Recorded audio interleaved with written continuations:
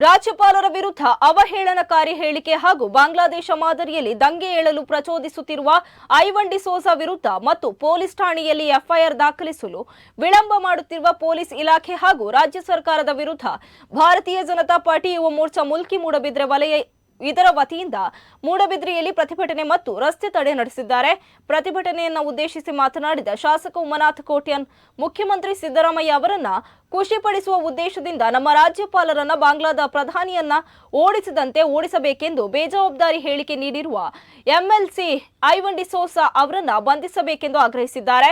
ಸಿದ್ದರಾಮಯ್ಯ ಸರ್ಕಾರವು ಸಿದ್ದರಾಮಯ್ಯ ಅವರ ಶ್ರೀಮತಿ ಅವರ ಹೆಸರಿನಲ್ಲಿ ಮೈಸೂರಲ್ಲಿ 14 ಸೈಟ್ಗಳನ್ನು ಅಕ್ರಮವಾಗಿ ಖರೀದಿಸಿದ್ದು ಅಲ್ಲದೆ ವಾಲ್ಮೀಕಿ ನಿಗಮದ 197 ಕೋಟಿ ಹಗರಣದ ಬಗ್ಗೆ ಪ್ರಾಸಿಕ್ಯೂಷನ್ಗೆ ಆದೇಶ ನೀಡಿರುವ ರಾಜ್ಯಪಾಲರಿಗೆ ಬೆದರಿಕೆ ಹಾಕಿರುವ ಸಿದ್ದರಾಮಯ್ಯ ಅವರು ರಾಜೀನಾಮೆ ನೀಡಬೇಕು ಎಂದು ಆಗ್ರಹಿಸಿದರು.